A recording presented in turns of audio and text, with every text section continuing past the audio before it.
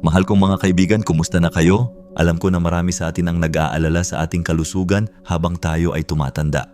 Siguro ay minsan nararamdaman natin na parang bumibigat ang ating mga katawan o kaya'y madalas tayong makalimutan. Nakakatuwa na makita na marami sa atin ang nag-e-enjoy pa rin sa buhay, nag-aalaga sa ating mga pamilya at nagpapatuloy sa ating mga hilig. Pero sa likod ng lahat ng iyan, meron pa ring mga kaunting alalahanin. Napansin niyo ba na parang mas madalas na tayong nakakarinig ng mga kwento tungkol sa mga sakit na biglaan?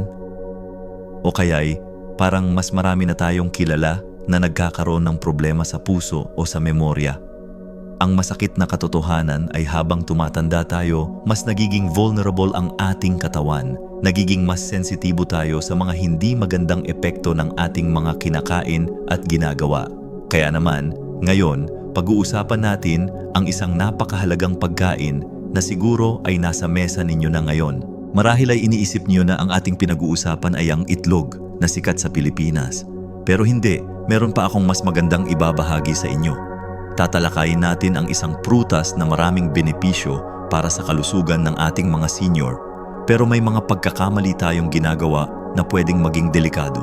Kaya't sa videong ito, ipapaliwanag ko ang isang napakagandang prutas para sa mga senior na tulad natin at kung paano ito kainin ng tama. Panoorin ninyo ang videong ito hanggang sa dulo dahil meron akong ibabahaging isang bagay na tiyak na ikagugulat ninyo. Maraming sa atin ay pamilyar na sa prutas na ito at baka nga ay paborito nyo pa. Siyempre, tinutukoy ko ang abokado. Sa Pilipinas, ang abokado ay kadalasang kinakain na may asukal at gatas at minsan pa nga ay ginagawang milkshake. Pero, alam nyo ba na may mas maganda pang paraan para kainin ito? Bukod pa sa tamis na gusto natin, may mga paraan para masulit ang mga benepisyo nito nang walang dagdag na asukal na hindi rin naman talaga kailangan ng ating katawan. Ang abokado ay puno ng mga good fats na tinatawag na monounsaturated fats. Ang mga fats na ito ay nakakatulong sa pagpapababa ng bad cholesterol o LDL at pagpapataas ng good cholesterol or HDL. Ito ay napakahalaga para sa kalusugan ng puso natin. Habang tumatanda tayo, mas nagiging susceptible tayo sa mga sakit sa puso, kaya ang pag-aalaga sa ating cholesterol levels ay dapat na prioridad. Sa halip na ihalo ito sa gatas at asukal, subukan nating gawing avocado toast na may kaunting asin, paminta at suka. O kaya naman, gawin itong salad na may iba't ibang gulay. Pero, sa kabila ng lahat ng benepisyo nito, meron tayong na pagkakamali na dapat nating iwasan. Ang unang pagkakamali ay ang pagkain ng abokado na sobra-sobra. Huwag na huwag nating kakainin ang isang buong abokado sa isang upuan. Kahit na masustansya ang abokado, mataas pa rin ito sa calories. Kung sobra-sobra ang kakainin natin, maaari itong magdagdag sa ating timbang. Dahil dito, maaaring magkaroon tayo ng mga problema sa puso at iba pang sakit. Ang tamang serving ay kalahati lang ng isang abokado kada araw. Kaya sa susunod na kakain kayo ng abokado, hatiin ninyo at itago ang kalahati para sa susunod na araw. Ang pangalawang pagkakamali ay ang pagkain ng abokado na mayroong asukal o gatas. Ang asukal at gatas ay nagdadagdag sa calorie content ng ating pagkain at nagdudulot din ito ng pagtaas ng ating blood sugar. Ito ay lalong delikado para sa mga may diabetes o may risk na magkaroon ng diabetes. Sa halip na gumamit ng asukal at gatas, subukan nating gawing savory ang ating abokado. Maaari nating lagyan ng kaunting asin, paminta at lemon juice o kaya naman ihalo ito sa salad. Mayroong napakasarap na abokado salad na may kamatis, sibuyas at cucumber. Mas masustansya at mas masarap pa. Ang pangatlong pagkakamali ay ang pagbili ng abokado na hindi pa hinog. Minsan, sa sobrang pagka-excite natin na kumain ng abokado, binibili natin ang mga hindi pa hinog. Ang abokado na hindi pa hinog ay hindi lang matigas at walang lasa, kundi mas mahirap din itong digest. Kaya't, dapat nating piliin ang mga abokado na hinog na. Paano natin malalaman kung hinog na ang abokado? Dahan-dahan lang nating pindutin. Kung medyo malambot na at may kaunting yield kapag pinindot, ibig sabihin, hinog na ito. Ang pang-apat na pagkakamali ay ang pagkain ng abokado na may kulay itim na. Huwag nating kakainin ang mga abokado na may kulay itim na ang loob. Ito ay senyales na ito ay sira na o bulok na. Maaari itong maging sanhi ng food poisoning. Kaya't sa susunod na bubuksan ninyo ang abokado, tignan muna ang loob. Kung mayroong kulay itim na, itapon na lang natin. Ang panglimang pagkakamali ay ang pagkain ng abokado na mayroong pesticides. Siyempre, ang mga abokado ay tulad ng ibang prutas at ginagamitan din ito ng pesticides. Kaya't dapat nating hugasan ng mabuti ang abokado bago ito kainin. Hugasan natin ng maigi ang balat nito. Ang pang-anim na pagkakamali ay ang pagkain ng abokado sa gabi. Ang abokado ay mataas sa fats at mas matagal itong madigest ng ating katawan. Kaya't kung kakainin natin ito sa gabi, maaari itong maging sanhi ng indigestion o kaya'y pwedeng maging sanhi ng hindi pagkatulog. Ang pinakamagandang oras para kainin ang abokado ay sa umaga o sa tanghali. Ngayon na naibahagi ko na ang mga dapat iwasan, pag-usapan naman natin kung paano naman nating masusulit ang mga benepisyo ng abokado para sa kalusugan ng ating mga senior. Ang abokado ay napakagandang source ng potassium. Alam nyo ba na ang potassium ay napakahalaga para sa ating puso? Tumutulong ito sa pag-regulate ng blood pressure. Kaya't kung mayroon tayong problema sa blood pressure o kaya'y gusto nating iwasan ito, ang abokado ay napakagandang addition sa ating diet.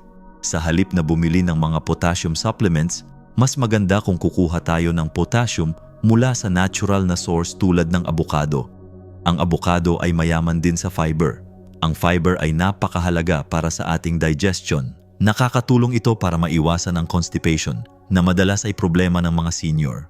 Ang fiber din ay nakakatulong para maging mas matagal ang pakiramdam natin na busog, kaya't mas madali nating makontrol ang ating timbang.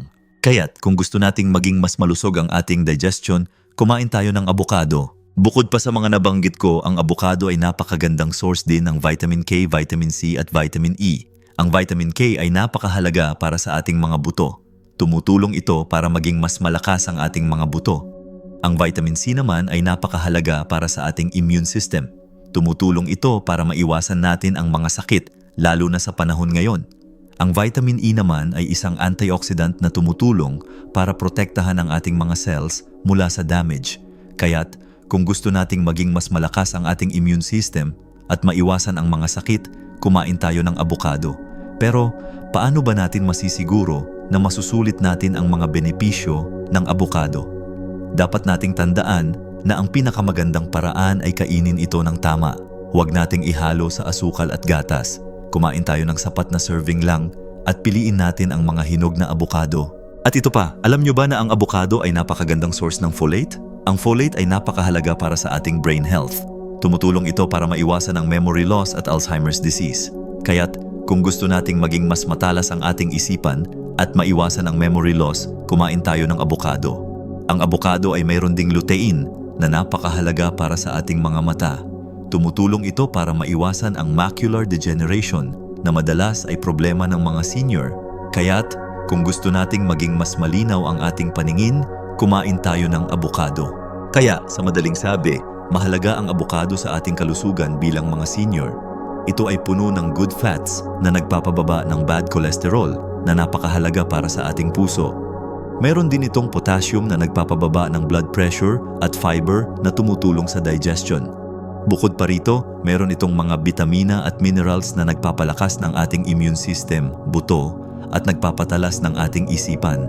Pero, tandaan natin ang mga pagkakamali na dapat iwasan.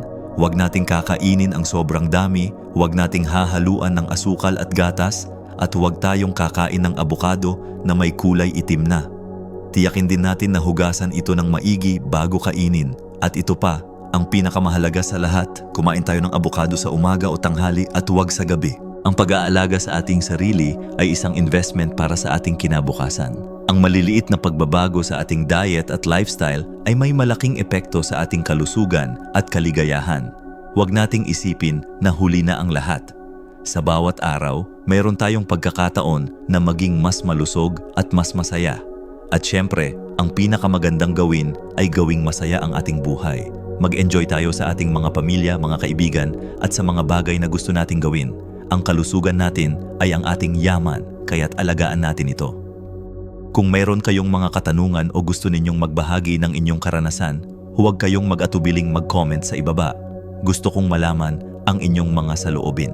Kung nagustuhan ninyo ang videong ito at kung nakatulong ito sa inyo, sana ay i-like ninyo ang video at i-subscribe sa aming channel. Sa ganitong paraan, mas marami pa tayong matutulungan na mga senior na tulad ninyo. Maraming salamat sa inyong pagtangkilik at sana ay makita ko kayo ulit sa susunod na video. Tandaan, mabuhay tayo ng buo at masaya sa bawat edad.